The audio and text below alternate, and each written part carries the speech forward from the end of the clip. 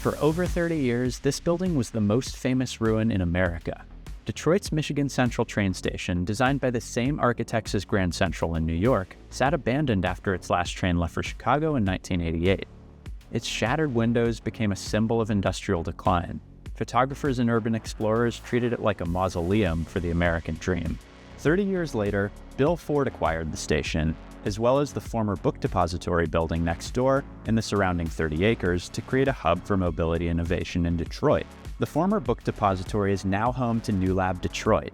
Newlab is a global venture platform that helps startups build and launch critical technologies, autonomous robots, next-generation drones, electric cargo bikes, and technology that could reshape how all of us get around. We came to Detroit to find out how it works, who's building here, and what it means for the future of mobility. I'm Maddox K with Inside EVs, and today we're taking a tour of Newlab Detroit, a startup mobility hub right in the heart of the Motor City.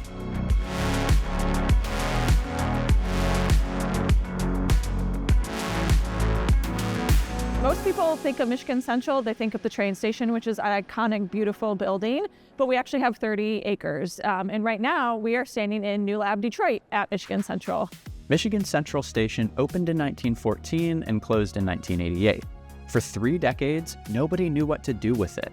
Then, Ford stepped in. The way that Ford's been involved in this is Bill Ford had the idea that innovation for mobility should come out of Detroit and out of Michigan. Ford invested over $1 billion to restore the campus, but they're not running a startup program. So as they created the Michigan Central campus and the physical platform, they brought Newlab here to activate on top of the physical platform with our venture platform. So it's really meant to be a neutral platform for everybody involved in automotive and mobility.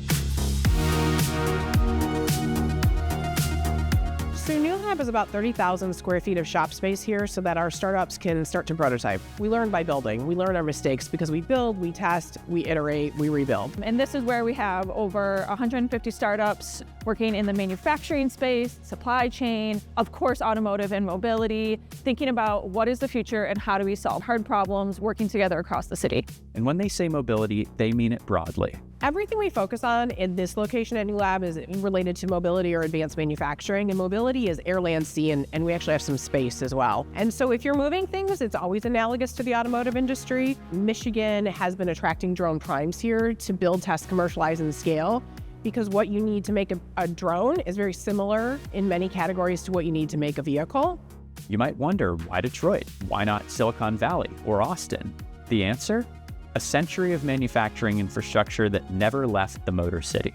Automobiles have been made here for over 100 years. Ford partners with the startups here to make sure that they are having the most innovative things in their manufacturing plants, on their supply chain. It is about workforce and economic development for Detroit.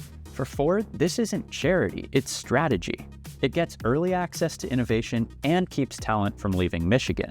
Ford was in Dearborn in Detroit for over 100 years, and they want to make sure that the city stays alive and stays thriving. And so this investment does that as well. So what exactly is Newlab? Newlab is a membership-based community of startup founders with infrastructure and support to help them commercialize their hardware tech at an industrial scale. Here's what really sets Newlab Detroit apart. 30,000 square feet of industrial equipment available to all members all the time. Plus, training and support from experts.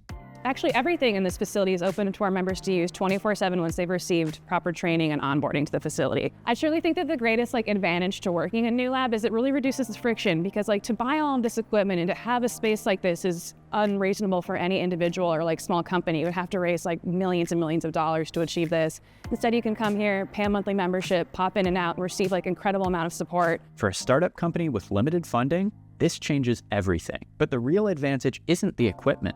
It's the speed of iteration that follows. What's so delightful about all of this is that our companies can come in, having been awake all night long, developing their product, being on the computer, designing it, and they can actively, quickly prototype it, realize they put that hole in the wrong spot, come back in and move it and make it again, all within an hour.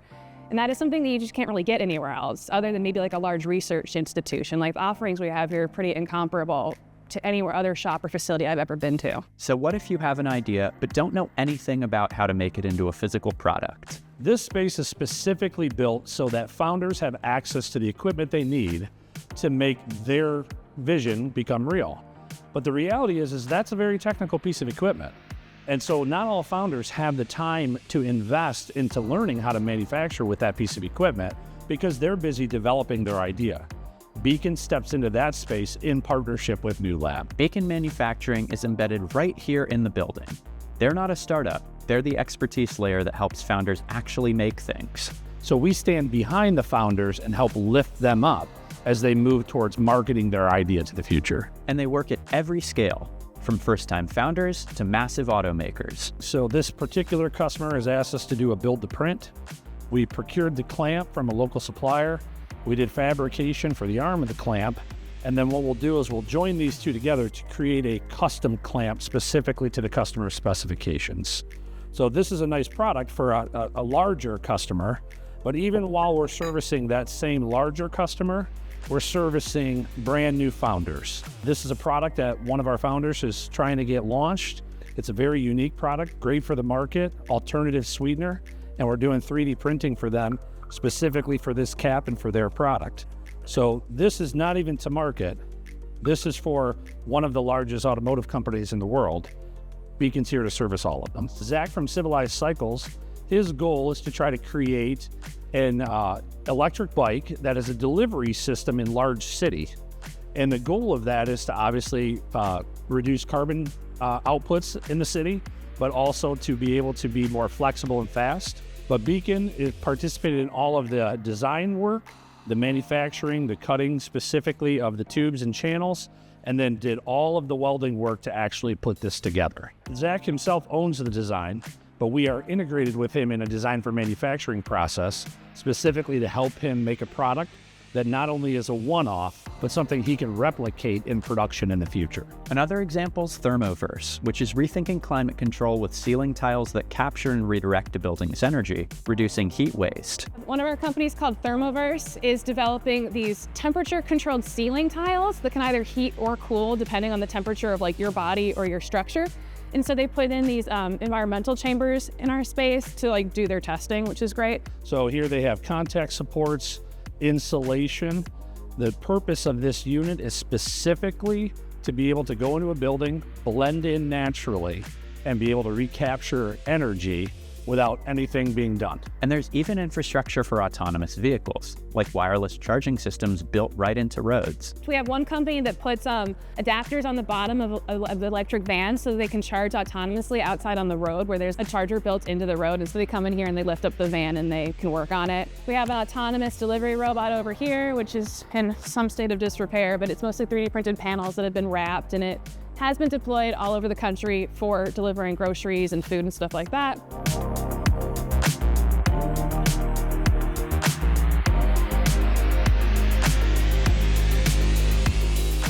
Newlab isn't just about serving the startups. They want to make sure these innovations actually serve Detroit, too. We also have a team working on workforce development.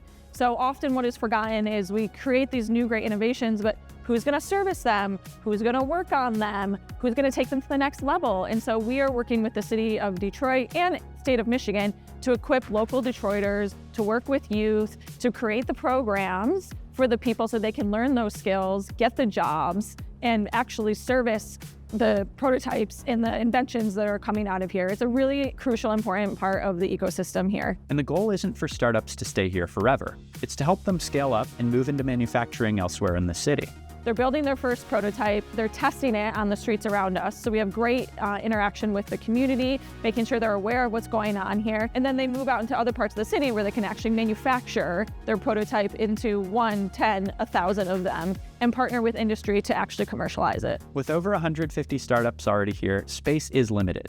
But the campus keeps evolving, and the model is proving that hardware innovation doesn't have to happen in founders' garages. And now we're looking at what comes next. What do we do for EVs to make them more efficient? How do we make the supply chain more sustainable? What does the future of vehicles look like? And what is gonna make them go? And where are they gonna go? And starting to answer all those questions while we're working with the city of Detroit, the state of Michigan, our philanthropic partners, our university partners. We really are a whole ecosystem. 100 years ago, Detroit changed the world by making the automobile accessible to everyone.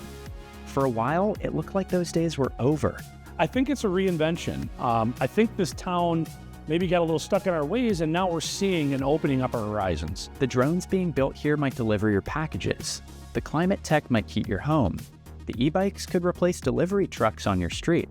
None of it is guaranteed, but the talent and ambition to build the future never left Detroit. It just needed a new platform. And the teams that are in Detroit who have all that technical knowledge will be excited to be a part of something new instead of just the production that we've done in the past. That's Newlab at Michigan Central, and it's one of the many ways we're covering mobility innovation here at Inside EVs. Want to see more? Be sure to like, comment, subscribe, and follow us. See you on the next one.